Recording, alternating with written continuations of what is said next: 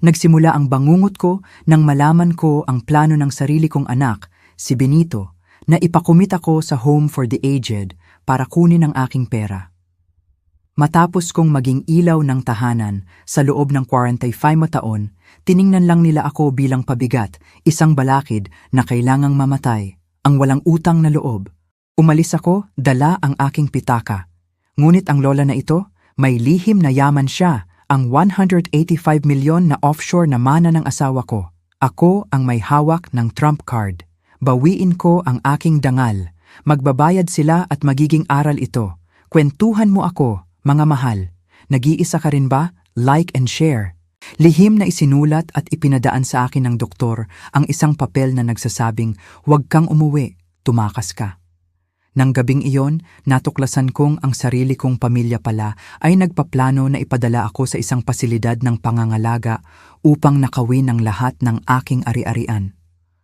Ngunit ang hindi nila alam ay mayroon akong lihim na magbabago sa kanilang buhay magpakailanman. Ang pangalan ko ay Matilde at ako ay 70 taong gulang. Sa loob ng 45 taon, inakala kong nagpalaki ako ng isang mapagmahal na anak.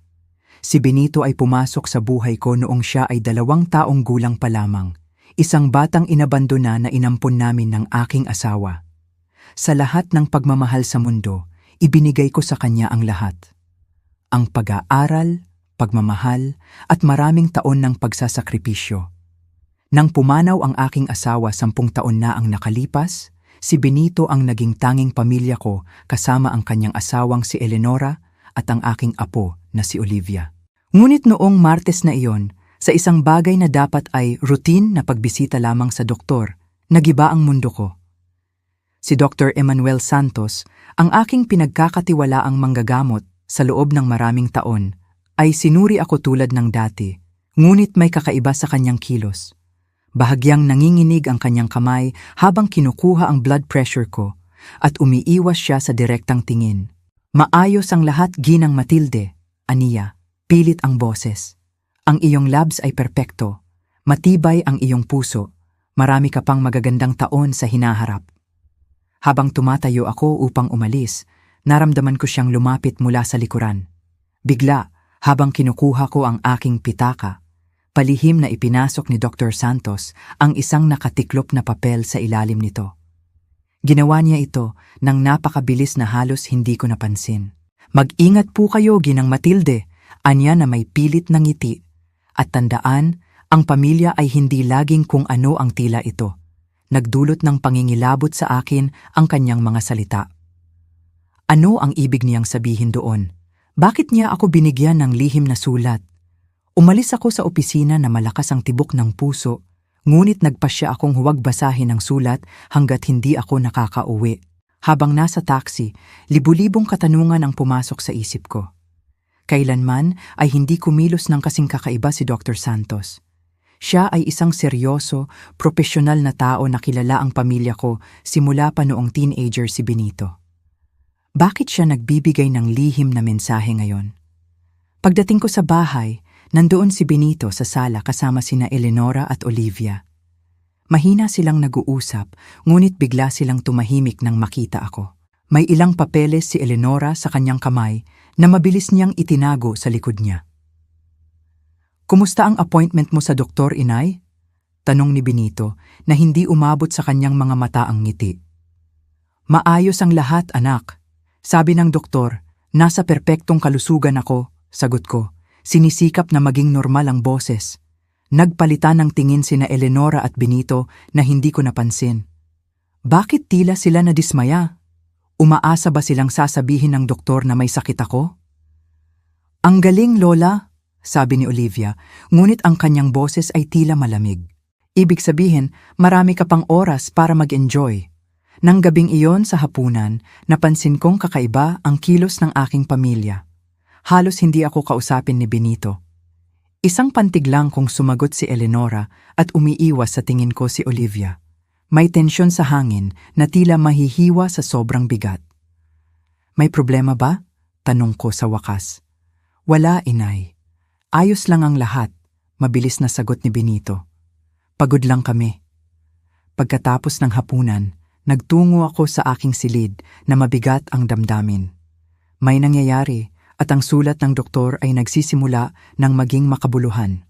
Nanginginig ang aking mga kamay, kinuha ko ang papel mula sa aking pitaka at binuklat ito. Ang nabasa ko ay nakakabigla. Ginang Matilde, narito ang iyong pamilya kahapon. Nagtanong si Eleonora tungkol sa kalagayan ng iyong pag-iisip at kung maaari kong patunayan na kailangan mo ng espesyal na pangangalaga. Gusto ka nilang ilagay sa isang pasilidad. Nagtanong din sila tungkol sa iyong mana at mga ari-arian. Huwag kang umuwi. Tumakas ka, Dr. Santos. Nagsimulang manginig ang aking mga kamay nang hindi ko mapigilan ang sarili kong pamilya. Ang anak na pinalaki ko ng may labis na pagmamahal, ang manugang na itinuring kong sarili kong anak, ang aking apo na laging aking pinakamamahal. Bigla, nagkaroon ng kabuluhan ng lahat. Ang kakaibang tingin, ang mga bulungan, ang nakatagong papeles. Hindi sila nadismaya dahil nasa mabuti akong kalusugan. Nagalit sila dahil hindi nakipagtulungan ng doktor sa kanilang mga plano. Hindi ako nakatulog ng gabing iyon. Bawat ingay sa bahay ay nakakagulat sa akin. Nagising ako, nakikinig, sinusubukang intindihin kung paano ako umabot sa puntong ito. Paanong ang pamilya na pinagsakripisyo ko ng lahat ay ngayon ay nagpaplano laban sa akin? 2:00 ng madaling araw, nakarinig ako ng mga boses sa kusina. Tumayo ako ng palihim at gumapang patungo sa pinto ng aking silid. Malinaw kong narinig sina Benito, Eleonora at Olivia na nag-uusap ng pabulong, ngunit sapat na lakas para maintindihan ko ang bawat salita. Ang walang hiya na doktor na iyon, hindi nakipagtulungan, inis na sabi ni Eleonora. Ipinaliwanag ko sa kanya na nawawala na sa sarili ang matanda, na minsan ay hindi na niya kami nakikilala, na iniiwan niya ang gas na nakabukas, ngunit iginiit niya na maayos lang ako. Relax, mahal ko, sagot ni Benito. Maghahanap tayo ng ibang doktor, isa na handang pumirma sa mga papel na kailangan natin. Ngunit ano ang gagawin natin sa kanya sa ngayon? Tanong ni Olivia. Nabook ko na ang slot ko sa kolehiyo sa Amerika. Kailangan ko na ang perang yun ngayon, hindi sa loob ng 5 taon kapag namatay na siya sa katandaan. Olivia, huwag kang magsalita ng ganyan, saway ni Benito, bagamat walang gaanong paninindigan. Pero may punto ka, kailangan nating kumilos ng mabilis. Ang bahay ay nagkakahalaga ng halos 25 milyong piso, po 25,000 at sa kanyang pensyon at ipon, makakabuhay tayo ng komportable hanggang sa mamatay siya, malamig na tinapos ni Eleonora. Tingnan mo, hindi ako sumali sa pamilyang ito para mag-alaga ng isang matandang ulianin. Nagpakasal ako sa iyo dahil inakala kong magmamana ka agad, ngunit 10 taon na at nandito pa rin siya, ginagastos ang pera natin. Pera namin? Inulit ko sa isip, naramdaman ang pag-usbong ng galit sa dibdib ko. Ang lahat ng aking pera na kinita ng aking pinagsikapan at ng aking yumaong asawa ay tiningnan nila bilang kanilang sarili. Bukas, kakausapin ko ang abogado, patuloy ni Benito. Tatanungin ko kung maaari tayong magkaroon ng deklarasyon na wala na siyang kakayahan nang walang tulong ng doktor. Dapat may paraan. At kung hindi iyon gumana, dagdag ni Eleonora, palagi nating siyang pahihirapan hanggang sa magdesisyon siyang pumunta na lang sa home for the aged mag-isa. Kunin ang kanyang TV, huwag siyang lutuan, ituring siya bilang kung ano siya, isang pabigat. Inay, huwag kang masyadong malupit, sabi ni Olivia. Ngunit pagkatapos ay idinagdag niya, kahit na, ang totoo, pagod na akong magpanggap na mahal ko siya. Palagi siyang nandyan, nakikialam sa aming mga usapan, nagtatanong kung bakit kami gabi na kung umuwi. Nakakainis. Nagsimulang manginig ang aking mga binti. Sumandal ako sa dingding, naramdaman kong gumuho ang mundo ko. Ito ang mga tao na pinagtrabahuhan ko ng OT no oras sa isang araw noong bata pa si Benito, na pinagsakripisyo ko ng aking mga pangarap, aking pagkakaibigan, ang sarili kong buhay. Naaalala mo ba ang ika-15 kaarawan ko? Patuloy ni Olivia. Binilhan niya ako ng nakakainis na pulang damit na yon at pinilit akong isuot. Lahat ng kaibigan ko ay tinawanan ako. Mula noon, sumumpa akong gagantihan ko siya balang araw. At ang pinakakinaiinisan ko, dagdag ni Eleonora, ay ang pagmamalaki niya sa kung gaano siya kahusay na ina tungkol sa lahat ng isinakripisyo niya para kay Benito, na para bang siya ay isang santa. Ngunit ang totoo, inampun niya lang si Benito dahil hindi siya magkaanak. Ginamit niya lang ito upang punan ang kanyang pagka-nag-iisa. Tama na, sabi ni Benito. Ngunit ang boses niya ay tila pagod, hindi nagagalit. Tingnan mo, sa loob ng 1 linggo, kakausapin ko siya. Sasabihin ko sa kanya na nakakita kami ng napakagandang pasilidad na mas makakabuti sa kanya na makasama ang mga kaedad niya. At kung tumanggi siya, gagamitin natin ang Plan B. Ano ang Plan B? Tanong ni Olivia. Pababaliwin natin siya ng totoo, malamig na sagot ni Benito. Pagpapalitin natin ang kanyang mga gamot. Itatago natin ang kanyang mga gamit. Sasabihin natin na gumawa siya ng mga bagay na hindi niya ginawa. Sa loob ng 1 buwan, sinumang doktor ay magpapatunay na siya ay may sakit sa pag-iisip. Ang takot sa kanyang mga salita ay tumama sa akin na parang suntok. Hindi lang nila ako gustong nakawan, gusto nilang sirain ang isip ko, ang dignidad ko, ang katinuan ko. Gusto nilang gawin akong kung ano ang inaangkin nilang ako na. Perpekto, sabi ni Eleonora, nasasabik. At kapag naipasok na siya, magkakaroon tayo ng access sa lahat ng kanyang accounts. Maibebenta natin ang bahay, makukuha ang kanyang pensyon, at magagamit ang lahat ng walang sinumang makakagambala sa atin. Eksakto, kumpirma ni Benito. At ang pinakamagandang bahagi ay walang sinumang maghihinala. Sa labas, kami ang perpektong pamilya na nag-aalaga ng may pagmamahal sa isang may sakit na lola. Tumawa sila. Tumawa silang tatlo na para bang nagkuwento sila ng pinakamahusay na biro sa mundo. Tinawanan nila ako, ang aking pagiging naive, ang aking walang pasubaling pagmamahal sa kanila. Sa sandaling iyon, may nagiba sa loob ko.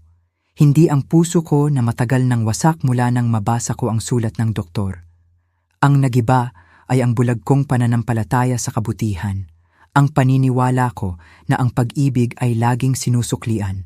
Ang aking paninindigan na sagrado ang pamilya. Sa unang oras ng umaga, gagawa ako ng kopya ng lahat ng kanyang mga card, bulong ni Eleonora. Sa ganong paraan, makakagastos tayo ng paunti-unti nang hindi niya napapansin. Magaling, sang-ayon ni Benito. At sisiyasatin ko ang lahat ng kanyang mga papel. May will na dapat na nandoon na maaari nating baguhin. Baguhin paano? Tanong ni Olivia. Sabihin na lang natin na si Lola, sa kanyang pagkalito sa isip, ay nagdesisyon na iwanan ang lahat sa atin dahil tayo lang ang nag-aalaga sa kanya. Paliwanag ni Benito na may ngiti sa boses. Tay, henyo ka, sabi ni Olivia nang may paghanga. Ngunit kailangan nating mag-ingat. Paano kung may maghinala? Walang maghihinala, paniniguro ni Eleonora. Wala siyang kaibigan, wala siyang pamilya maliban sa atin. Isa siyang matandang nag-iisa na lubos na umaasa sa atin. Sino ang ipagtatanggol sa kanya? Tama sila. Wala akong matalik na kaibigan. Nawalan ako ng ugnayan sa karamihan sa kanila noong inilaan ko ang sarili ko ng lubusan sa pag-aalaga kay Benito. Wala akong kapatid. Matagal nang pumanaw ang aking mga magulang. Ako ay ganap na vulnerable. Ngunit ang hindi nila alam, ang hindi nila sinubukang alamin, ay mayroon akong lihim. Isang lihim na ganap na magpapabago sa balanse ng kapangyarihan sa sitwasyong ito. Nang mamatay ang aking asawa, iniwan niya sa akin ang higit pa sa pag-ibig at alaala. Iniwan niya sa akin ang isang mana na itinago ko sa loob ng lahat ng taon na ito. 110 milyong piso, 110,000 sa isang offshore bank account na tanging ako lang ang nakakaalam, bukod pa sa 3 ari-arian sa ibang bansa na binili niya bilang kanyang mga investment. Hindi ko kailanman sinabi kay Benito dahil gusto kong makatiyak na mahal niya ako kung sino ako, hindi dahil sa kung ano ang mayroon ako. Gusto kong buuin niya ang sarili niyang buhay, maging malaya. Ngunit ngayon, napagtanto kong isa akong tanga. Kailanman ay hindi niya ako minahal. Naghintay lang siya ng may pasensya na mamatay ako upang mamana niya ang kaunting inakala niyang mayroon ako. Sige Benito, sabi niya sa wakas. Sa tingin ko, malinaw na ang lahat.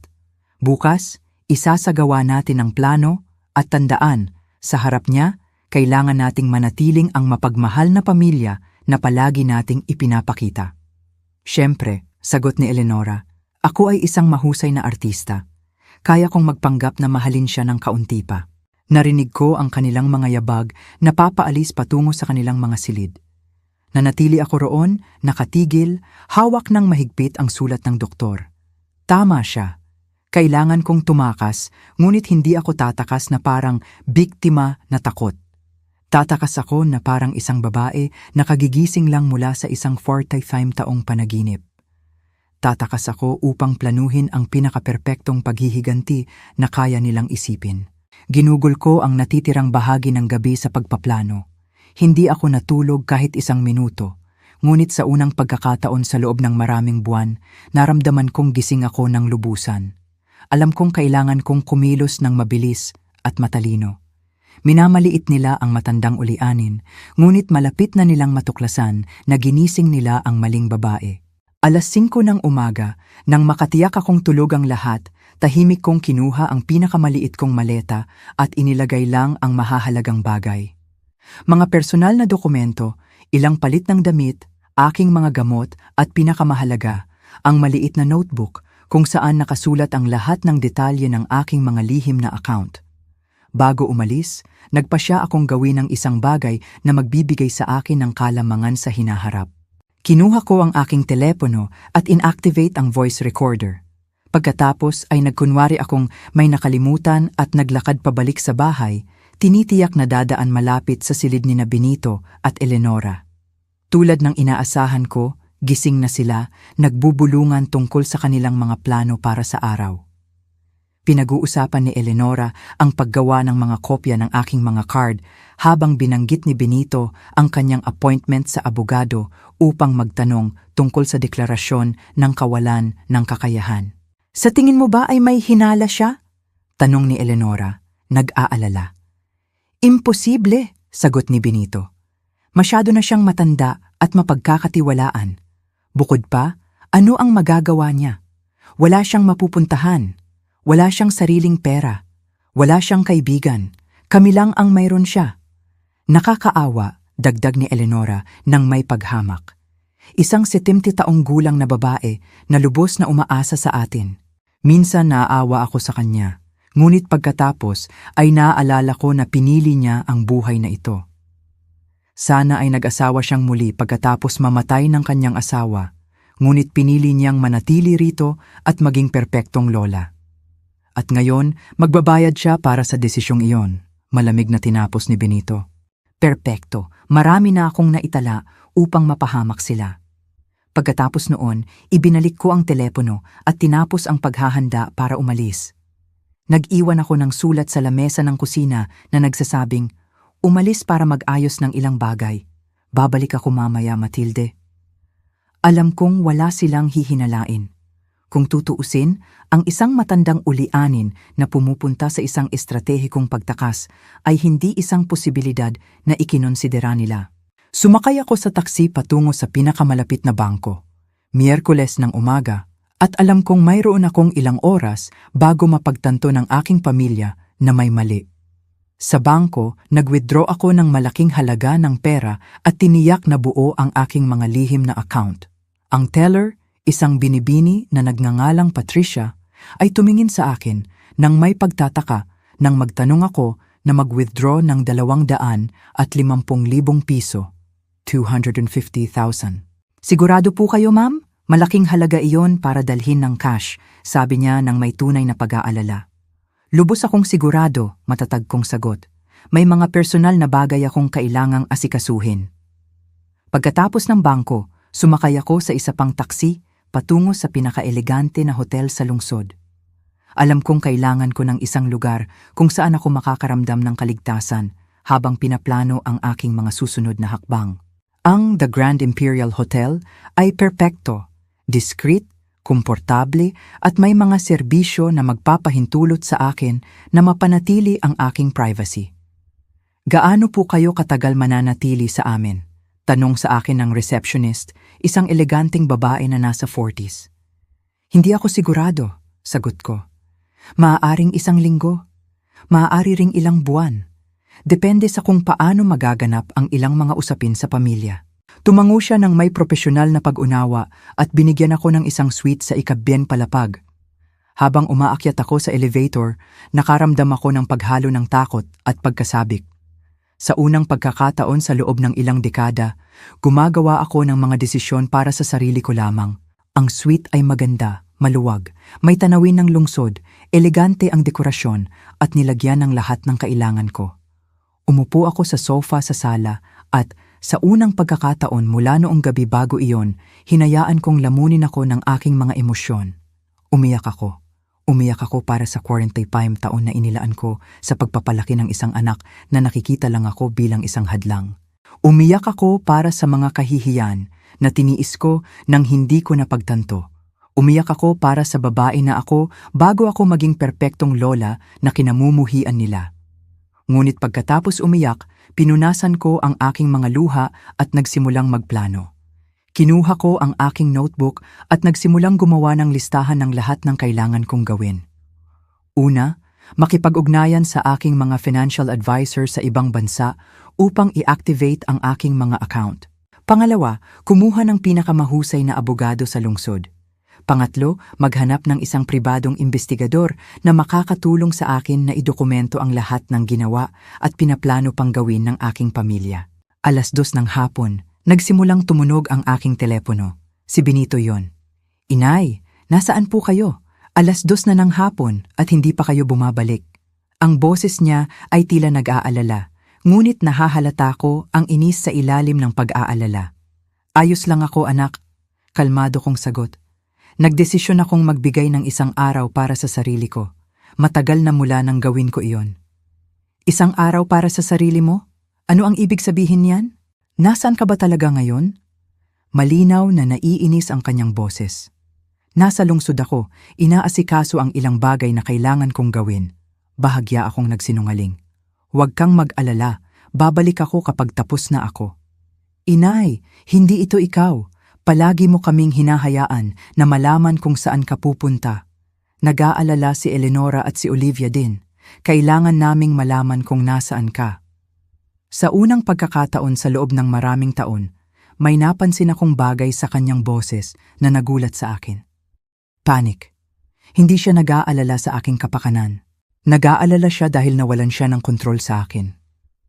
Alam mo ba, Benito? Sabi ko nang may kapayapaan na ikinagulat ko. Ako ay 70 taong gulang. Sa tingin ko, sapat na ang edad ko para gumawa ng sarili kong desisyon tungkol sa kung saan pupunta at kung ano ang gagawin. Nagkaroon ng katahimikan sa kabilang linya. Inay, tinatakot mo ako.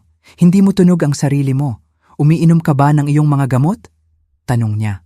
At sa tanong na iyon, narinig ko ang simula ng kanilang estratehiya. Nagtatanim na siya ng ideya na wala na akong katinuan. Ayos na ayos ako, anak. Hindi pa ako naging ganito kagaling, sagot ko at ibinaba ang tawag. Agad kong pinatay ang aking telepono. Alam kong tatawagan nila ako ng paulit-ulit at kailangan ko ng kapayapaan upang gawin ang kailangan kong gawin. Nang hapong iyon, kumuha ako ng pinakaprestihiyosong law firm sa lungsod. Ang head attorney, isang lalaki na nasa 50s na nagngangalang abogado Goryo Manalo. Ay personal akong tinanggap nang banggitin ko ang halaga ng pera na handa akong bayaran para sa kanyang serbisyo. Kailangan ko ng ganap na proteksyon sa batas, paliwanag ko. Sinusubukan ng aking pamilya na ipadeklarang wala akong kakayahan upang kontrolin ang aking mga ari-arian, ngunit mayroon akong mga recording na nagpapatunay na ito ay isang sabwatan. Maingat na nakinig si Abogado Manalo habang pinapatugtog ko ang mga recording na ginawa ko kaninang umaga. Lalong naging seryoso ang kanyang ekspresyon. Ginang Matilde, napakaseryoso nito, anya sa wakas. Ang pinaplano ng inyong pamilya ay bumubuo ng pang-aabuso sa nakatatanda, sabwatan para sa pandaraya at potensyal na forgery ng mga dokumento. Maaari natin silang kasuhan sa kriminal. Iyon mismo ang gusto ko. Matibay kong sagot. Ngunit kailangan kong gawin ito ng estratehiko. Gusto kong magbayad sila, ngunit gusto kong ito ay sa pinakamasakit na paraan para sa kanila. Ngumiti si Abogado Manalo. Ito ang ngiti ng isang lalaki na nakakita ng isang kaso na gusto niya. Ginang Matilde, sa tingin ko, magtatrabaho tayong dalawa ng napakaganda, sabi niya. Ia-assign ko ang aking pinakamahusay na grupo sa inyong kaso, ngunit kailangan kong sabihin ninyo sa akin ang lahat. Talaga, lahat. Sinabi ko sa kanya ang tungkol sa pag-ampon kay Benito, tungkol sa aking asawa, tungkol sa mga taon ng pagsasakripisyo, tungkol sa lihim na mana, tungkol sa lahat. Maingat na nagtala si Abogado Manalo. Alam ba ninyo kung gaano karaming pera ang eksakto ninyong mayroon sa inyong mga lihim na account? Tanong niya. 110 milyong piso, 110,000 na cash, at bukod pa ang 3 ari-arian sa ibang bansa na nagkakahalaga ng humigit kumulang 75 milyong piso, 775,000, sagot ko. Tumigil si Abogado Manalo sa pagsusulat at tumingin sa akin nang may panibagong paggalang. Ginang Matilde, hindi lang kayo biktima ng pang-aabuso ng pamilya. Kayo ay isang napakalakas na babae na minamaliit ng inyong pamilya. Gagamitin natin ang kapangyarihang iyon upang turuan sila ng aral ng kanilang buhay. Sa unang pagkakataon sa loob ng maraming araw, ngumiti ako ng totoo. Nagsimula na ang digmaan, ngunit ngayon, mayroon na akong tamang mga sandata. Nang gabing iyon, mula sa kaginhawaan ng aking hotel suite, binuksan ko ang aking telepono upang tingnan ang aking mga mensahe. Mayroon akong 37 missed calls mula kay Benito, 15 mula kay Eleonora, at 8 mula kay Olivia. Ang mga text message ay lalo nang nagiging desperado. Inay, pakiusap, sumagot ka. Nag-aalala kami ng sobra. Martha, kung hindi ka sasagot, tatawagan namin ng pulis. Lola, nasaan ka? Sabi ni tatay, mapapahamak ka. Nagdesisyon akong sagutin lang si Benito. Ayos lang ako, huwag kayong mag-alala, babalik ako kapag handa na ako. Agad dumating ang sagot, Inay, hindi ito normal. Kailangan mo nang umuwi ngayon. Nagluto si Eleonora ng paborito mong hapunan, ang paborito niyang hapunan. Na para bang pagkatapos ng 45 na taon, hindi niya alam na kailanman ay hindi nagluto si Eleonora ng anumang espesyal para sa akin. Ito ay isa pang kasinungalingan, isa pang manipulasyon. Kinabukasan, maaga akong tinawagan ni Abogado Goryo Manalo. Ginang Matilde, mayroon akong ilang kawili-wiling balita. Nagsimula nang magtrabaho ang aking pribadong investigador sa inyong kaso at may natuklasan siyang mahalaga. Ano? Bulalas ko. Naramdaman ang paglaki ng galit sa aking dibdib. Ang inyong manugang, si Eleonora, ay gumagamit ng inyong personal na impormasyon upang mag-apply ng mga credit card sa inyong pangalan sa loob ng nakaraang 6 na buwan. Mayroon siyang 5 credit card na hindi ninyo kailanman inautorisa na may naipong utang na 2,100,000 at 50,000 piso to 150,000. Mga pagbili sa mga tindahan ng luho, mamahaling restaurant, pati na ang isang biyahe sa Florida Keys noong nakaraang buwan, paliwanag ng abogado. Ngunit hindi ako kailanman pumunta sa Florida Keys, nalilito kong sabi. Hindi po ma'am, sila ang pumunta. Nagbakasyon ang inyong pamilya ng 1 linggo gamit ang inyong pera habang sinasabi nilang bibisitahin nila ang may sakit na ina ni Eleonora. Ang alaala ay tumama sa akin na parang sampal. Naalala ko ang linggong iyon ng perpekto. Umiyak si Eleonora, sinasabing may sakit ang kanyang ina at kailangan nilang umalis upang alagaan siya ng madalian. Binigyan ko pa sila ng pera para sa biyahe bukod pa sa ninakaw na nila sa mga peking credit card. Abogado Manalo, ano pa ang natuklasan ng inyong investigador? Tanong ko, natatakot sa sagot. Nawalan ng trabaho ang inyong anak na si Benito 8 buwan na ang nakalipas. Ngunit hindi niya kailanman sinabi sa inyo. Nabuhay siya sa inyong ipon at pensyon. Natuklasan din namin na nakipag-ugnayan na siya sa 3 magkakaibang doktor. Sinusubukang humanap ng isang handang magpatunay na nagdurusa kayo sa senile dementia. Bawat paglalahad ay isang mas malalim na saksak. Hindi lang nila plinano na nakawan ako, ninanakawan na nila ako sa loob ng maraming buwan. Hindi lang nila gustong ipadeklarang baliw ako, sinimulan na nila ang proseso. At ang aking apo, si Olivia? Tanong ko, pumipiyok ang boses. Mayroon din siyang mga lihim, ginang Matilde. 3 buwan na siyang buntis, ngunit nagsisinungaling siya sa kanyang mga magulang tungkol sa kung sino ang ama. Tila, ang tunay na ama ay isang lalaking may asawa na may 50 taong gulang na nangakong hihiwalayan ng kanyang asawa, ngunit ngayon ay ayaw nang malaman ang tungkol sa sanggol. Diyos ko, bulong ko, ang aking apo, ang batang tinulungan kong palakihin ay kasangkot sa isang iskandalo na maaaring sumira sa kanyang kinabukasan. Mayroon pa, patuloy ni Abogado Manalo. Si Eleonora ay may affair sa inyong kapitbahay na si Danilo sa loob ng nakaraang 2 taon. Mayroong mga litrato at video ang aking investigador na nagpapatunay nito.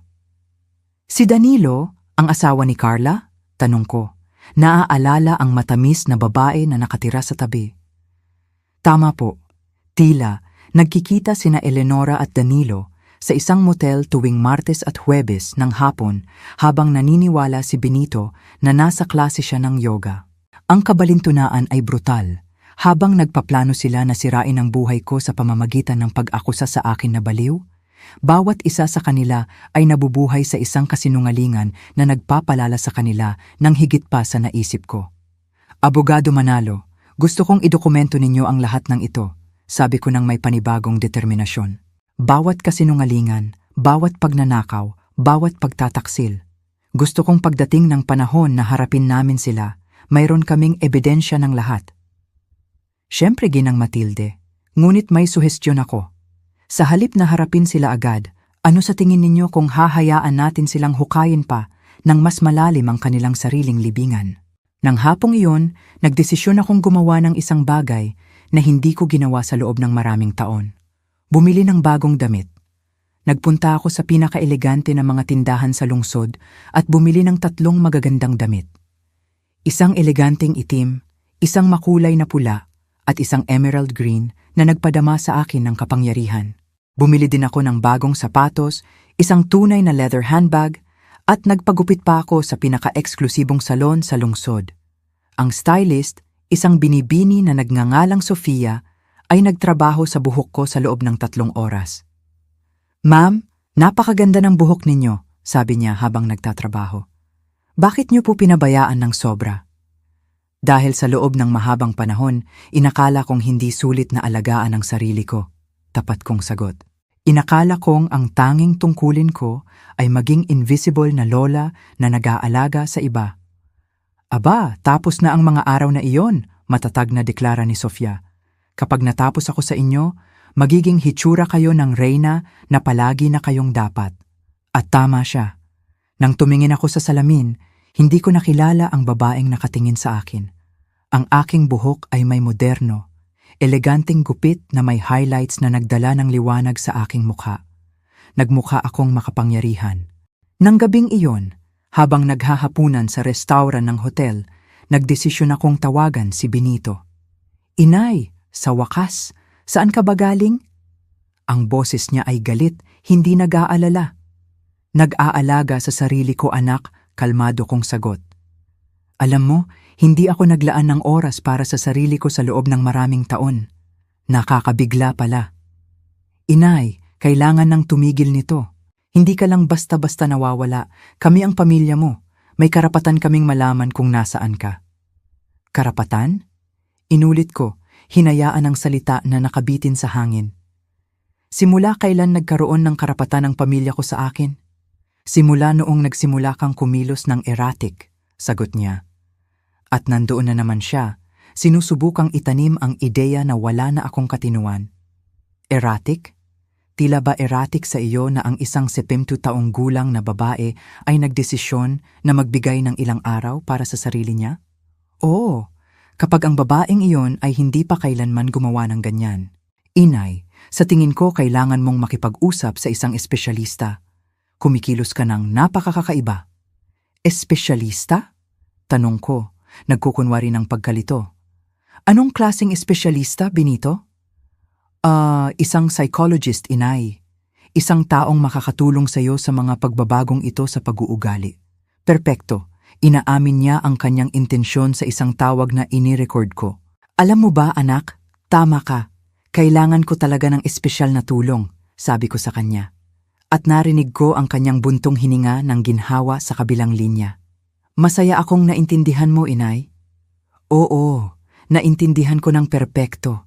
Kailangan ko ng isang espesyalista sa pandaraya ng pamilya, isang espesyalista sa pang-aabuso sa nakatatanda, at isang espesyalista sa psikolohikal na manipulasyon, dahil iyan mismo ang ginagawa ninyo sa akin.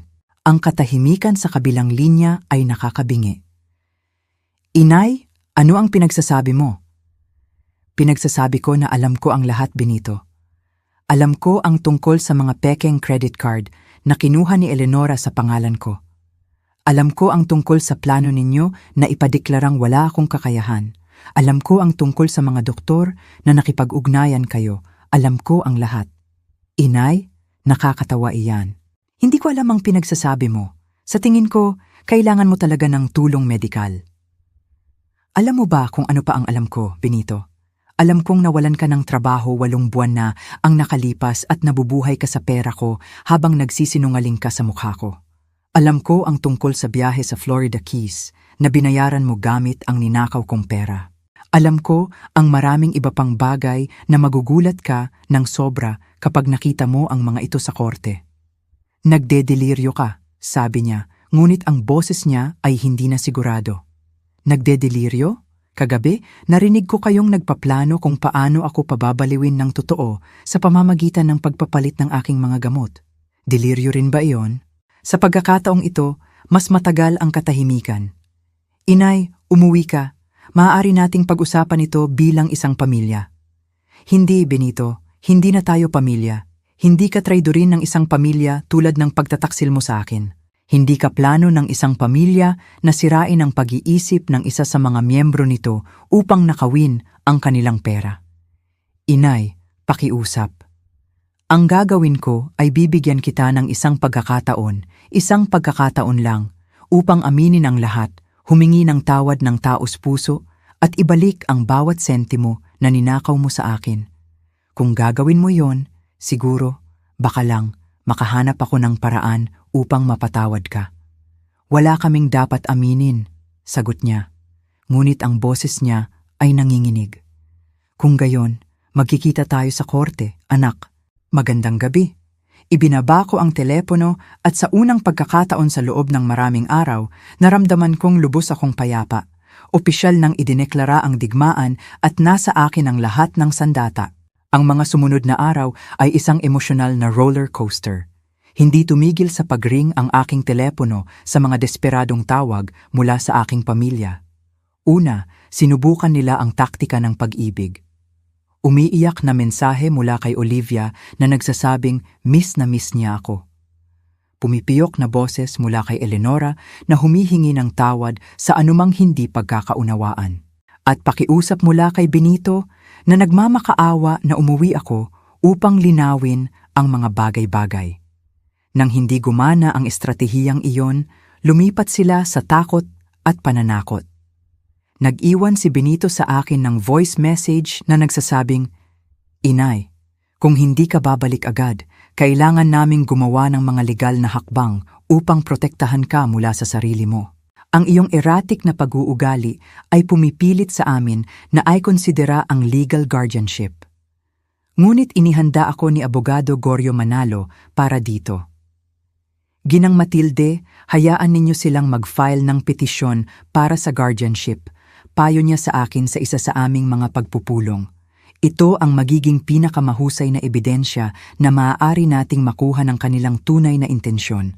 Bukod pa, mayroon na tayong 3 independent psychiatrist na nagpatunay na nasa perpekto kayong kondisyon ng pag-iisip. Samantala, abala ang aking pribadong investigador. Araw-araw, nakakatanggap ako ng mga bagong report na nagiiwan sa akin na mas nagulat kaysa sa naisip kong posible. Ginang Matilde, sabi niya sa akin sa aming pagpupulong noong Biyernes, Malaki ang pagbilis ng plano ng inyong pamilya simula noong nawala kayo. Kahapon, pumunta si Benito sa inyong bangko, sinusubukang i-access ang inyong mga account, sinasabing nagkaroon kayo ng psychotic episode at kailangan niyang pansamantalang hawakan ang inyong mga finances. At ano ang sinabi sa kanya ng bangko? Tanong ko. Sa kasamaang palad, napaka-professional ng bank manager. Sinabi niya kay Benito na kailangan niya ng opisyal na legal na dokumentasyon upang makagawa ng anumang pagbabago sa inyong mga account. Ngunit labis ang pagpupumilit ni Benito kaya kinailangan nilang papuntahin siya sa labas. Mayroon pa. Oo, nagbebenta si Eleonora ng inyong mga ari-arian. Kahapon, nakita kong nag-post siya ng ilan sa inyong mga antigong muebles sa isang online sales page. Sinubukan din niyang ibenta ang inyong koleksyon ng alahas sa isang pawn shop, ngunit tumanggi ang appraiser dahil malinaw na pag-aari ng isang matandang tao ang mga piraso at hindi mapatunayan ni Eleonora na may authorization siyang ibenta ang mga ito. Ang puso ko ay kumabog ng malakas. Ang mga alahas na iyon ay mga regalo mula sa aking yumaong asawa, mga natatanging piraso na kinolekta niya sa loob ng ilang dekada. At ang aking apo, si Olivia? Tanong ko na may bukol sa lalamunan. Siya ang pinakaaktibo sa lahat. Sinasabi niya sa kanyang mga kaibigan na nagdurusa kayo sa advanced Alzheimer's at ikinokonsidera ng pamilya na ipasok kayo. Gumagamit din siya ng kwentong ito upang manghiram ng pera sa ilang kakilala, sinasabing kailangan niya ng pondo upang bayaran ang medikal na pangangalaga ng kanyang lola. Ang bawat paglalahad ay mas masakit kaysa sa huli. Hindi lang nila ako ninanakawan, sinisira nila ang reputasyon ko at ginagamit ang aking kunwaring sakit upang manipulahin ang ibang tao. Ngunit narito ang pinakakawili-wiling bahagi, patuloy ng investigador. Kagabi, nagpulong silang 3 sa inyong bahay kasama ang isang lalaki na kinilala ng aming mga source bilang si Paul Hayes, isang document forger na kilala sa criminal underworld ng lungsod. Isang forger? Tanong ko, naramdaman ang paglamig ng aking dugo. Tila, nagpaplano silang gumawa ng mga pekeng medikal na dokumento na nagpapatunay ng inyong kawalan ng katinuan. Si Paul Hayes ay specialist sa paggawa ng katang-isip na medical history at pagpepeke ng lagda ng doktor. Ito ay mas masahol pa sa naisip ko. Hindi lang nila ako gustong nakawan. Handa silang gumawa ng maraming seryosong krimen upang gawin ito. Abogado Manalo, sabi ko sa telepono ng hapong iyon. Sa tingin ko, oras na upang bilisan natin ang ating mga plano. Kung maghihintay pa tayo ng mas matagal, magkakaroon sila ng mga pekeng dokumento na maaaring maging komplikado ang mga bagay. Sumasangayon ako, Ginang Matilde. Handa na po ba kayo para sa Phase 2 ng ating plano? Ang Phase 2 ay napakatalino sa pagiging simple nito. Sa halip na harapin sila ng direkta, hahayaan natin silang inakusahan ang sarili nila ng publiko. Noong Lunes ng umaga, nagsuot ako ng bago kong eleganting itim na damit. Isinuot ang aking pinakamahusay na alahas at nagtungo sa pinakaprestihiyosong opisina ng real estate sa lungsod. Nag-schedule ako ng appointment upang tingnan ang mga luxury properties, partikular na mga bahay na nagkakahalaga ng mahigit 75 milyong piso sa 75,000. Ginang Matilde, bati sa akin ng real estate agent, isang magaling na lalaki na nagngangalang Ricardo. Isang kasiyahan na makilala kayo. Naiintindihan ko na interesado kayo sa pagkuha ng isang high-value property. Tama iyan, sagot ko ng may kumpiyansa. Naghahanap ako ng isang bahay na sumasalamin sa aking bagong yugto ng buhay. Isang bagay na elegante, moderno, na may magandang seguridad. Perpekto! Mayroon akong 3 property na maaaring interesado kayo. Ang hindi alam ni Ricardo ay inayos na ng aking pribadong investigador ang lahat ng perpekto. Alas 11 ng umaga, eksaktong kapag tinitingnan namin ang pangalawang property, si Benito, Eleonora at Olivia ay nagkataong magpapakita sa parehong opisina ng real estate. Nasa gitna kami ng isang pagbisita sa isang kamangha-manghang mansyon nang makarinig ako ng mga pamilyar na boses sa pangunahing entrada. Pakiusap, sabi ko kay Ricardo. Sa tingin ko, may dumating lang na ilang kakilala. Nang bumaba kami sa pangunahing lobby, nandoon sila, ang tatlo, nakasuot ng kanilang pinakamahusay na damit, nakikipag-usap sa isa pang real estate agent.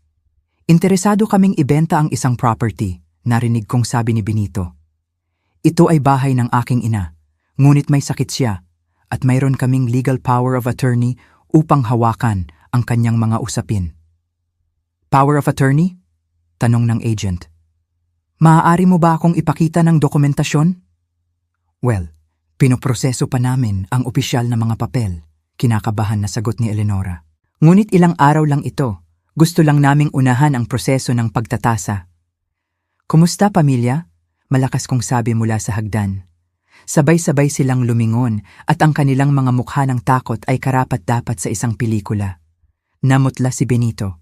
Bumuka ang bibig ni Eleonora nang walang tunog at si Olivia ay literal na umatras ng isang hakbang. Inay, nauutal na sabi ni Benito. Ano? Ano ang ginagawa mo rito? Ang parehong bagay na ginagawa ninyo. Tila, kalmado kong sagot habang bumababa ako sa hagdan. Bagamat ako ay bumibili, hindi nagbebenta. Lumapit si Ricardo, ang aking real estate agent, nang may profesional na ngiti. Kilala mo ba ang mga taong ito, Ginang Matilde? Sa kasamaang palad, oo, sagot ko. Ito ang pamilya ko. O iyan, at least, ang inakala ko hanggang kamakailan. Inay, kailangan nating mag-usap, sabi ni Benito. Sinusubukang maging may awtoridad, ngunit bigo. Tungkol saan, Benito? Tungkol sa kung paano ninyo plinano na ibenta ang bahay ko nang walang authorization ko? Tungkol sa mga pekeng dokumento na pinoproseso ninyo? O tungkol sa power of attorney na binanggit mo lang na hindi naman umiiral? Ang isa pang real estate agent ay nalito at malinaw na hindi komportable. Pakiusap, sumingit siya. Ngunit kung may legal conflict sa property, hindi kami maaaring magpatuloy sa anumang pagtatasa hanggat hindi ito nalulutas. Walang conflict, desperadong sabi ni Eleonora. Nagkataon lang na siya, hindi siya okay sa ulo nitong nakaraang araw. Hindi ako okay sa ulo. Inulit ko ng malakas. Tinitiyak na maririnig ako ng lahat sa opisina. Iyan ba ang dahilan kung bakit ako nandito? Bumibili ng bahay na nagkakahalaga ng mahigit 75 milyong piso, 75,000 gamit ang sarili kong pera? Bumagsak ang panga ni Ricardo. 75 milyon, bulong ni Olivia. Oo, mahal na apo, sabi ko nang may matamis na ngiti. Tila, ang iyong senile grandmother ay may mas maraming pera kaysa sa inakala mo. Kinuha ko ang aking telepono at denial ang numero ni Abogado Manalo. Doktor, nasa Richardson Associates Realty ako. Sinusubukan ng aking pamilya na ibenta ang aking property nang walang authorization at inaangkin nila na mayroon silang power of attorney sa aking mga usapin. Maaari ba kayong magpadala ng isang tao mula sa inyong opisina upang idokumento ang sitwasyong ito? Siyempre, Ginang Matilde. May isang tao na pupunta sa loob ng 15 minuto. Ibinaba ko ang tawag at tumingin sa aking pamilya nang may kapayapaan na nagulat sa akin. Ngayon, hihintayin natin ang pagdating ng aking mga abogado, inihayag ko. At ipapaliwanag nila sa lahat dito kung ano mismo ang mga legal na dokumento na mayroon kayo. Kung paano ninyo nakuha ang mga ito, at kung bakit naniniwala kayong may karapatan kayong ibenta ang aking property. Sinubukan ni Benito na lapitan ako. Inay, ito ay isang hindi pagkakaunawaan. Maaari nating lutasin ito sa bahay. Hindi, matatag kong sabi, umatras ng isang hakbang. Wala nang natitira pang lutasin sa bahay. Wala na akong tahanan. At least, hindi kasama kayo. Nagsimulang umiyak si Eleonora, ngunit mga luha ito ng panik, hindi kalungkutan. Matilde, pakiusap, pamilya tayo. Ang lahat ng ginawa namin ay para sa ikabubuti mo. Para sa ikabubuti ko? Tanong ko, itinaas ang boses. Ang pagnanakaw ng aking pera gamit ang mga pekeng credit card ay para sa ikabubuti ko? Ang pagpaplano na pekehin ang mga medikal na dokumento ay para sa ikabubuti ko? Ang pagkuha ng isang kriminal upang pekehin ang aking medical history ay para sa ikabubuti ko? Ang bawat akusasyon ay tila isang bomba sa lobby ng real estate office. Ang iba pang mga client at empleyado ay tumigil upang makinig. At nakita ko ang mga ekspresyon ng takot at pagkasuya sa kanilang mga mukha. Hindi namin alam ang sinasabi mo, desperadong nagsinungaling si Olivia. Hindi mo alam? Kinuha ko ang aking telepono at pinatugtog ang isa sa mga recording na ginawa ko. Napuno ng boses ni Benito ang espasyo. Pababaliwin natin siya ng totoo. Pagpapalitin natin ang kanyang mga gamot. Itatago natin ang kanyang mga gamit. Sasabihin natin na gumawa siya ng mga bagay na hindi niya ginawa. Sa loob ng isang buwan, sino mang doktor ay magpapatunay na siya ay may sakit sa pag-iisip. Ang katahimikan sa real estate office ay nakakabingi. Nakita ko kung paano napuno ng galit at pagkasuklam ang mga mukha ng mga empleyado at client. Ang recording na iyan ay illegal, hysterically na sigaw ni Eleonora. Hindi sa estado na ito, kalmado kong sagot, at tiyak na hindi kapag ito ay inirecord upang maiwasan ang isang krimen na pinaplano. Sa sandaling iyon, dumating ang dalawang abogado mula sa firm ni Abogado Manalo kasama ang isang public notary. Ginang Matilde, kami ay mula sa Montgomery and Associates firm. Naiintindihan namin na may ilang tao rito na nag-aangkin na may legal authority sa inyong mga usapin. Tama po, sagot ko. Gusto kong opisyal ninyong idokumento na ang tatlong taong ito ay walang legal na kapangyarihan sa akin, sa aking mga property o sa aking mga finances, at ang anumang pagtatangka na gamitin ng ganoong autoridad ay bumubuo ng pandaraya. Ang isa sa mga abogado ay humarap kay Benito. Ginoo, maaari ba ninyo akong ipakita ng dokumentasyon na sumusuporta sa inyong autoridad na ibenta ang property ni Ginang Matilde? Nagbukas at nagsara ang bibig ni Benito na parang isda na walang tubig. Kami ay nasa proseso ng... Sa madaling salita, wala silang anumang dokumentasyon, deklara ko, dahil wala silang anumang autoridad. Ang mayroon sila ay isang kriminal na plano upang nakawin ang lahat ng pag-aari ko. Ang pampublikong kahihiyan sa real estate office ay simula pa lamang. Nang umalis kami sa gusali, sinundan ako ng aking pamilya sa kalye, salita na sumisigaw at nagmamakaawa. Inay, hintay, sigaw ni Benito. Hindi ba natin ito maayos? Lahat ito ay isang kahindik-hindik na hindi pagkakaunawaan. Lola, pakiusap, sigaw ni Olivia. Mahal kita, hindi mo ito magagawa sa amin. Si Eleonora sa kanyang bahagi ay ganap na nagbago ng kanyang estratehiya. Hindi na siya nagkunwari ng pag-ibig o pag-aalala. Isa kang mapait na matanda, sigaw niya sa akin habang sumasakay ako sa aking taksi. Ginamit mo kami sa lahat ng taon na ito. Ibinigay sa iyo ni Benito ang pinakamahusay na taon ng kanyang buhay, at ito ang paraan kung paano mo siya suklian. Ang pinakamahusay na taon ng kanyang buhay? Lumingon ako patungo sa kanya mula sa bintana ng taksi. Ang ibig mo bang sabihin ay ang mga taon na nagtrabaho ako ng 18 oras sa isang araw upang suportahan siya?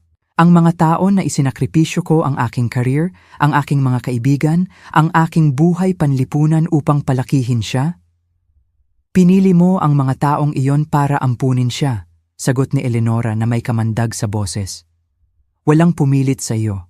At ngayon, nagkukunwari kang may utang kami sa iyo nang walang hanggang pasasalamat. Hindi ako nagkukunwari na may utang kayo sa akin ng pasasalamat, sagot ko nang may nakamamatay na kapayapaan. Nagkukunwari lang ako na huwag ninyo akong nakawan, huwag ninyo akong traidorin, at huwag ninyong planuhin na pabaliwin ako upang makuha ang pera ko. Tila, labis ang hiling na yon. Sinabi ko sa cab driver na umandar na ang kotse. Iniwan ang aking pamilya na sumisigaw sa curb. Nang hapong iyon, ipinatawag ako ni Abogado Manalo sa kanyang opisina para sa isang madaliang pagpupulong. Ginang Matilde, meron akong pambihirang balita, sabi niya na may ngiti na hindi ko pa nakikita. Gumawa ng isang kritikal na pagkakamali ang inyong pamilya pagkatapos ng insidente sa real estate office. Anong klaseng pagkakamali? Sa kanilang desperasyon, dumiretso si Benito sa document forger na si Paul Hayes at binayaran siya ng 2,500,000 piso, 2,500,000, ng advance upang pabilisin ang paggawa ng inyong mga peking medikal na dokumento. 2,500,000? Saan sila kumuha ng ganoong kalaking pera? Mula sa mga credit card na kinuha nila sa inyong pangalan. At tila, ibinenta ni Eleonora ang kanyang kotse. Ngunit narito ang pinakamagandang bahagi. Si Paul Hayes ay isang impormante ng FBI. Nakikipagtulungan siya sa mga awtoridad sa loob ng nakaraang 6 na buwan upang buwagin ang isang sindikato ng pandaraya sa dokumento. Natigilan ako sandali. Ibig bang sabihin na ang inyong pamilya ay hindi lang iniimbestigahan para sa pandaraya ng pamilya, ngunit nasa ilalim na sila ngayon ng federal investigation para sa sabwatan upang gumawa ng pandaraya sa medikal na dokumento. May mga audio at video recording ang FBI ng buong transaksyon. Nang gabing iyon mula sa aking hotel suite, nagdesisyon akong gawin ang isang bagay na ipinagpapaliban ko. Harapin ang bawat miyembro ng aking pamilya ng paisa-isa, ngunit hindi face-to-face. Mayroon akong isang bagay na mas malakas na nasa isip. Binuksan ko ang aking laptop at gumawa ng account sa pinaka-popular na live streaming platform ng bansa. Ang aking title ay Simple ngunit Epektibo. Isang lola ang nagsasabi ng katotohanan tungkol sa kanyang pamilya. 8:00 ng gabi, sinimulan ko ang aking unang live stream. Sa simula, 3 lang ang viewer, ngunit sa gulat ko, mabilis na nagsimulang lumaki ang bilang. Magandang gabi, nagsimula ako, nakatingin ng direkta sa kamera. Ang pangalan ko ay Matilde. Ako ay 70 taong gulang. At ngayong gabi, ikukuwento ko sa inyo ang isang kwento na magbabago sa paraan kung paano ninyo nakikita ang mga perpektong pamilya. Sa loob ng 20 minuto, mayroon akong mahigit 500 viewer. Pagdating ng dulo ng oras, mahigit 3,000 na sila. Sinabi ko sa kanila ang lahat, mula sa pag-ampon kay Benito hanggang sa lihim na sulat mula kay Dr. Santos, mula sa mga mapanlinlang na credit card hanggang sa mga plano na pabaliwin ako. Pinatugtog ko ang mga recording, ipinakita ang mga dokumento na binuo ko, at ipinaliwanag ang bawat pagtataksil ng tumpak. Ang mga live comment ay lubos na sumusuporta. Ang kakilakilabot na pamilya, Ginang Matilde, ikaw ay isang mandirigma, kausuhan sila, bayaran nila ang lahat. Ang lola ko ay dumaan sa katulad na bagay. Salamat sa pagiging matapang mo. Ngunit ang talagang nagpabago sa lahat ay nang sa gitna ng aking stream, nakatanggap ako ng live call. Si Olivia iyon. Lola, pakiusap, patayin mo na ang stream na iyan. Nagmakaawa siya. Sinusira mo ang buhay namin. Sinusira ko ang buhay ninyo? Inulit ko upang marinig ng lahat ng viewer. Hindi ba ninyo naisip na kayo ang sumira sa akin muna? Lola, lahat ay nanonood sa amin. Ang mga kaibigan ko, ang aking mga guro, ang buong paaralan. Hindi man lang ako makalabas ng bahay. At paano sa tingin mo ang mararamdaman ko kung ipinasok ninyo ako sa isang pasilidad laban sa aking kalooban, idineklara akong wala sa katinuan at ninakaw ang lahat ng pera ko? Hindi iyon mangyayari. Kami lang ay naghahanap ng mga opsyon. Naghahanap ng mga opsyon? Sumigaw ako sa unang pagkakataon sa loob ng maraming araw, nawawala ang pagtitimpi na pinanatili ko. Olivia, pinalaki kita simula noong sanggol ka. Pinalitan ko ang diaper mo. Dinala kita sa paaralan. Inalagaan kita noong may sakit ka. At nandyan ka, nakangiti habang nagpaplano ang iyong mga magulang na sirain ako. Ang katahimikan sa kabilang linya ay nakakabingi, ngunit ang mga live comment ay sumabog. Sabihin mo sa kanya ang totoo. Walang hiya ang batang ito. Ginang Matilde, huwag kang magpamanipula.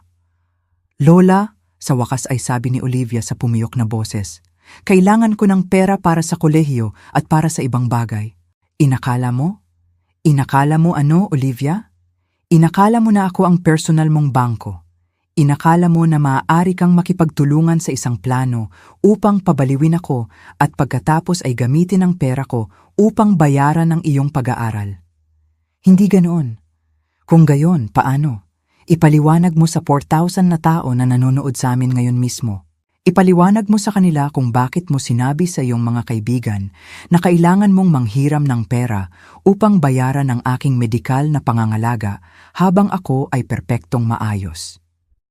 Isa pang katahimikan, pagkatapos ay bahagyang naririnig. Paano mo nalaman iyon? Dahil hindi ako ang matandang ulyanin na inakala mo. Alam ko ang lahat, Olivia. Ang lahat, kasama na ang mga bagay tungkol sa iyo na hindi alam ng iyong mga magulang. Ano?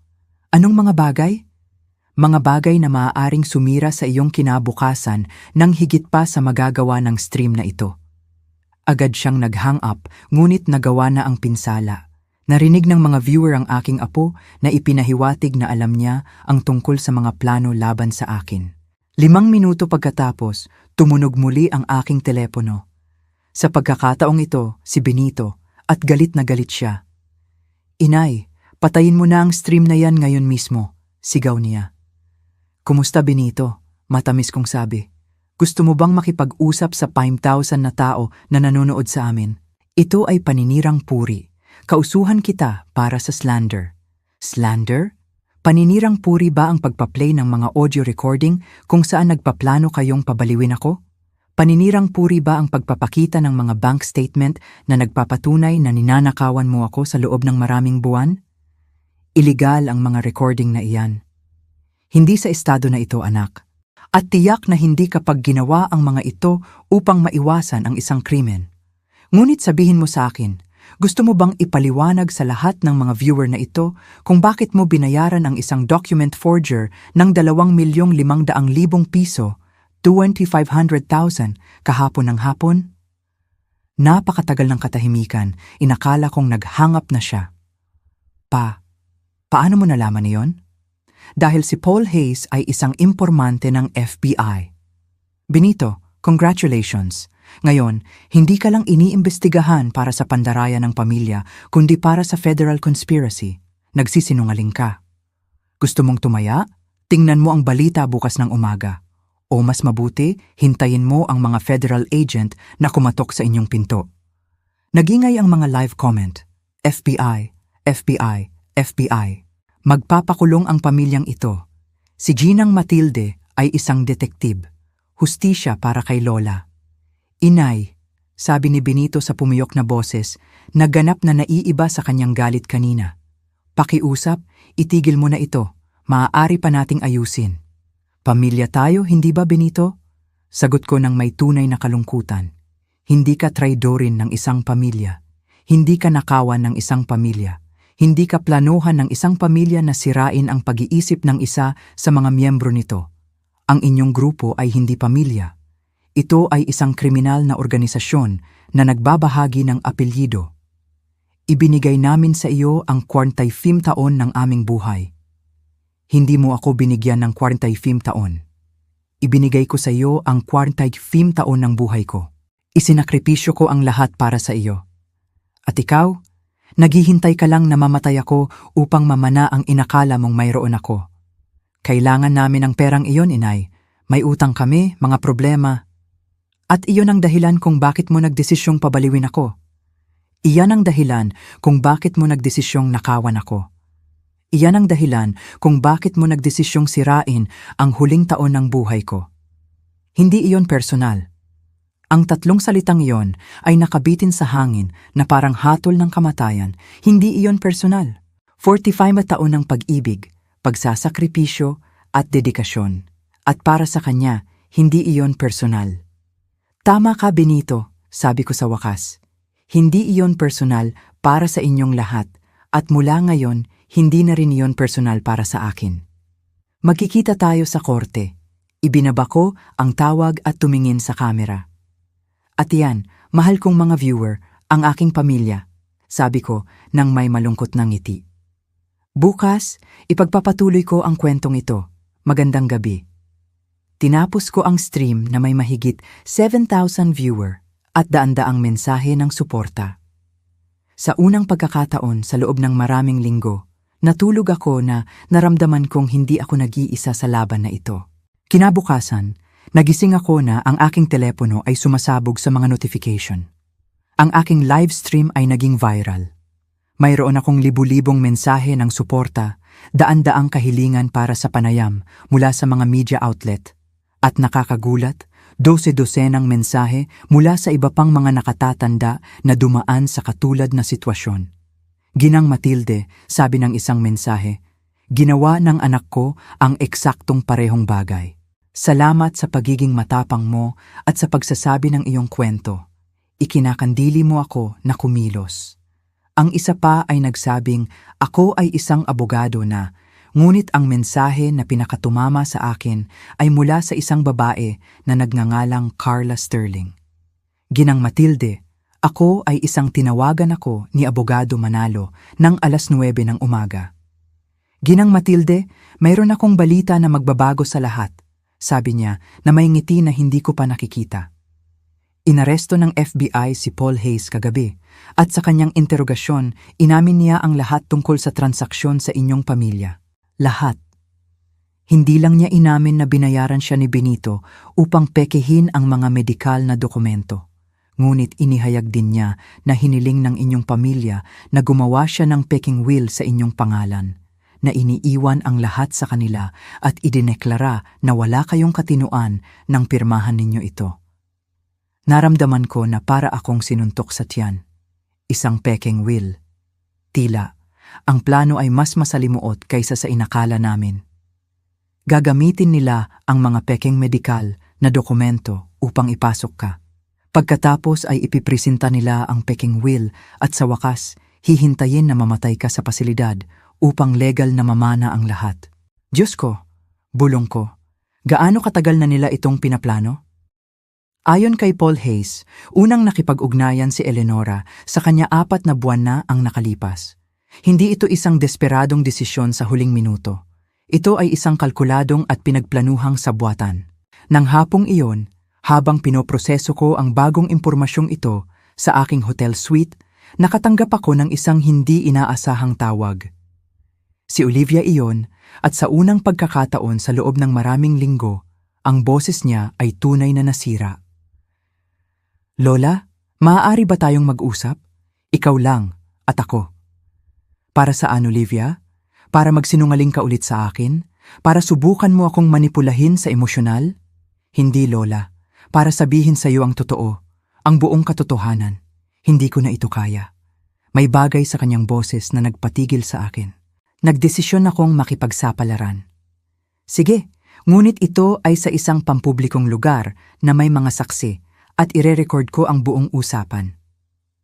Kahit ano ang gusto mo, pakiusap lang. Nagkita kami sa cafe sa lobby ng hotel. Dumating si Olivia na maga ang mga mata sa pag-iyak, nakasuot ng walang pag-iingat, na ibang-iba sa vain na batang kilala ko. Lola, nagsimula siya bago ako makapagsalita. Kailangan mong malaman na kailanman ay hindi ko ginusto na umabot ang mga bagay sa ganito kalayo. Gaano kalayo, Olivia? Gaano kalayo sa tingin mo ang katanggap-tanggap? Sa simula, nag-usap lang sina Mama at Papa tungkol sa pagkumbinsi sa iyo na lumipat sa isang luxury home for the aged. Sabi nila, mas magiging mabuti iyon para sa iyo, na magkakaroon ka ng kasama ng mga kaedad mo. At ano ang inisip mo? Aakala ko, baka tama sila. Masyadong malaki ang bahay para sa iyo mag-isa. At minsan tila nag-iisa ka. Tumigil siya at tumingin sa aking mga mata. Ngunit iyon ay bago ko malaman ang tungkol sa pera. Anong pera? Hindi nila alam ang tungkol sa aking mga lihim na account. Hindi, ngunit alam nila ang tungkol sa iyong pensyon, tungkol sa ipon na mayroon ka sa lokal na bangko, tungkol sa halaga ng bahay. 4 na buwan na si Mama na nag-iimbestiga. Sinusuri ang iyong mga papel kapag wala ka sa bahay. Tatawagan niya ang iyong bangko na nagkukunwari na ikaw.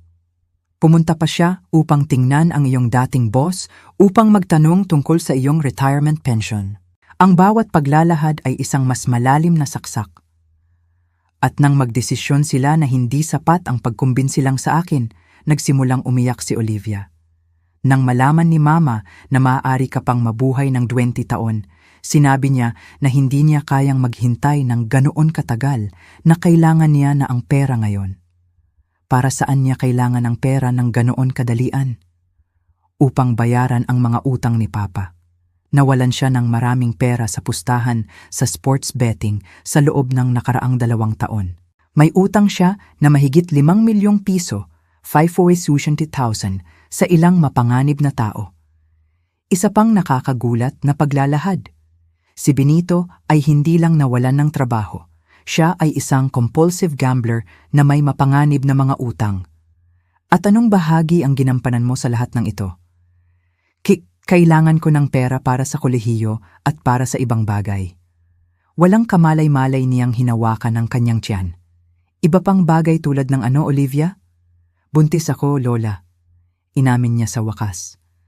Ang ama siya ay isang lalaking may asawa na ayaw malaman ang tungkol sa sanggol.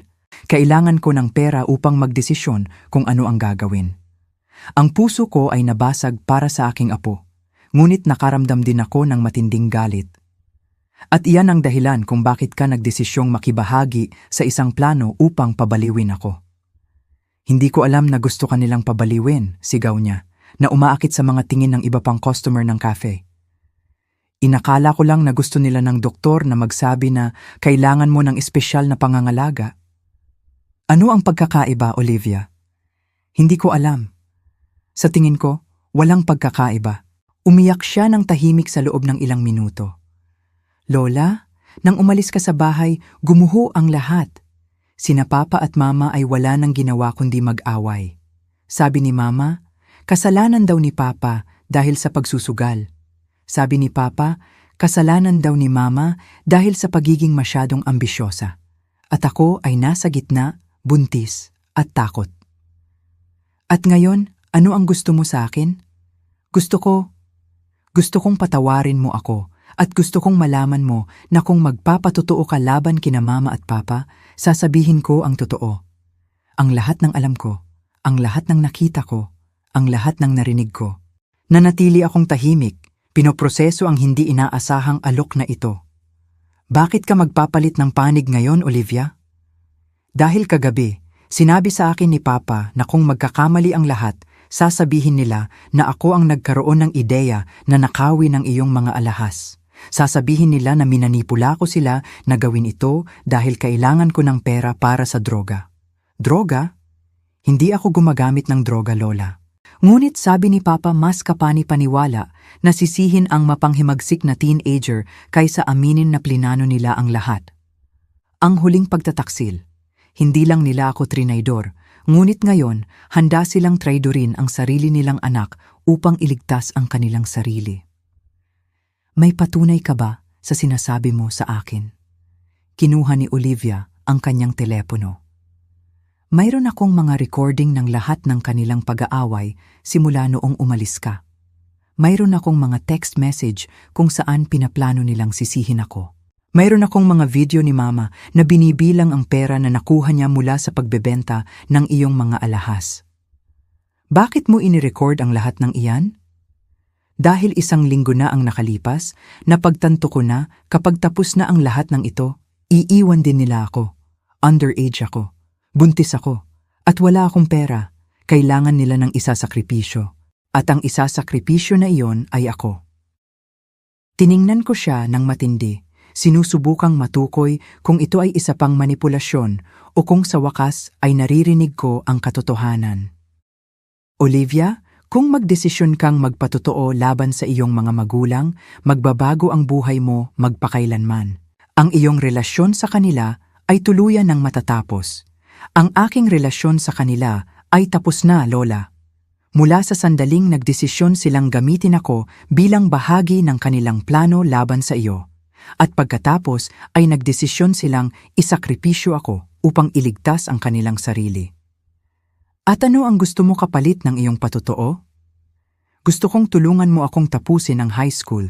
Gusto kong tulungan mo akong gumawa ng tamang desisyon tungkol sa aking pagbubuntis. At gusto kong turuan mo ako kung paano maging isang malakas na babae tulad mo. Sa unang pagkakataon sa loob ng maraming linggo, nakaramdam ako ng spark ng dating koneksyon na mayroon ako sa aking apo.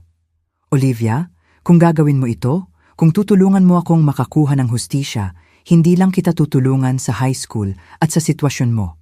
Tuturuan kita ng isang bagay na mas mahalaga. Ano? Tuturuan kita na ang tunay na pamilya ay hindi tinutukoy ng dugo, kundi ng katapatan, respeto at tunay na pag-ibig. At minsan ang pagprotekta sa sarili mo ay nangangahulugang paglayo sa mga toxic na tao, kahit na pareho pa kayo ng apelyido. Inabot ni Olivia ang kanyang kamay sa lamesa. "Deal, Lola." Inalog ko ang kanyang kamay. Alam na ang sandaling ito ay magmamarka ng simula ng katapusan para kina Benito at Eleonora. "Deal, apo ko. Ngunit ngayon, ikaw ang aking alay at ang mga alay ay nagpoprotekta sa isa't isa. Handa ka na ba para sa responsibilidad na iyan?" Mas handa na ako kaysa sa anupamang bagay sa buhay ko. Ang araw ng paglilitis ay dumating ng mas mabilis kaysa sa inaasahan ko. Sa loob ng 3 linggo, nakabuo si Abogado Manalo ng isang kaso na napakatibay na kahit ang mamahaling abogado ng aking pamilya ay nagrekomenda na umamin sila ng pagkakasala upang makipagnegosasyon para sa mas mababang sentensya. Ngunit tumanggi sina Benito at Eleonora. Gusto nilang dalhin ang kaso sa paglilitis, kumbinsido na maaari nilang manipulahin ang juri sa imahe ng mapagmahal na pamilya na nag-aalaga sa nalilito na lola. Nang magsimula ang paglilitis, dumating ako sa courthouse na nakasuot ng aking pinaka-eleganting itim na suit kasama si Olivia na nagdesisyon na manirahan sa hotel kasama ako sa tagal ng legal na proseso. "Kinakabahan ka ba, Lola?" Tanong niya sa akin habang umaakyat kami sa hagdan ng courthouse. "Hindi, apo ko." Kalmado kong sagot. Payapa ako. Ang katotohanan ay laging nakakahanap ng daan. Puno ang courtroom.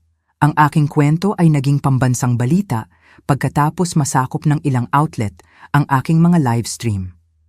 May mga journalist, mga kamera at dos-dosenang mga nakatatanda na dumating upang magpakita ng kanilang suporta.